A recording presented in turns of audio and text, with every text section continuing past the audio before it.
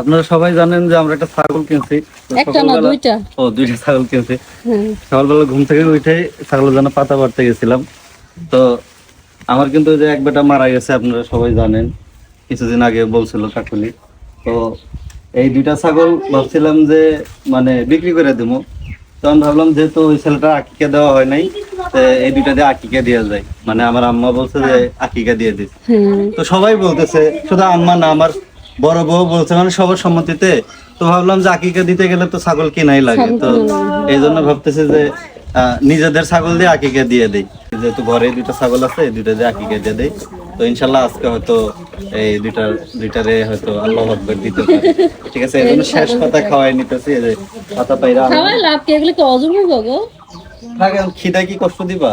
এত পাতা খাওয়াইও না, ওগুলা বেশি করে পাতা আনছি, জন্মের খাওয়া খাওয়াই, তারপরে ইনশাল্লাহ। ওকে সামনে কইও না, ওরা কানবো পরে। এই যে আমরা না, ওরা ছাগল কি দিছি। বুঝে? আচ্ছা, ছাগল দুইটার লাগবার মতো দেখায় দাও। আল্লাহ, আমি আগে কিছু পাতা এনে দিচ্ছি, আবার আনলাম। তো যেহেতু বিভিন্ন জায়গায় যাওয়া লাগে, তা নাহলে ঠিকই পালতাম। আর এমনি তো আমি কয়েকদিন ধরে ভাবতেছি যে কোরবানি ঈদের আগে আমার ছেলেটার আকিকা দিয়ে দেবো, যে ছেলেটা মারা গেছে।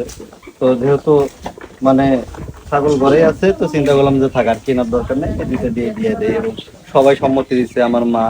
কিন্তু ওরা দুইজন কিন্তু অনেক মায়া করছে যে না দিব না, কাকুলির নন। তা আমি কইলাম যে না, দিয়ে দাও। ছাগল তো আবার তোমাকে কিনে দেওয়া লাগবে, আমরা কষ্ট করে পালছি, এগুলা মানুষের কাছে বিক্রি করবো, ওইটাও খারাপ লাগে। হ্যাঁ, তো ভাবলাম যে সবাই সম্মতি দিছে, কাকলিও দিছে, আমার ছোট বউ দিছে, মাও বলছে।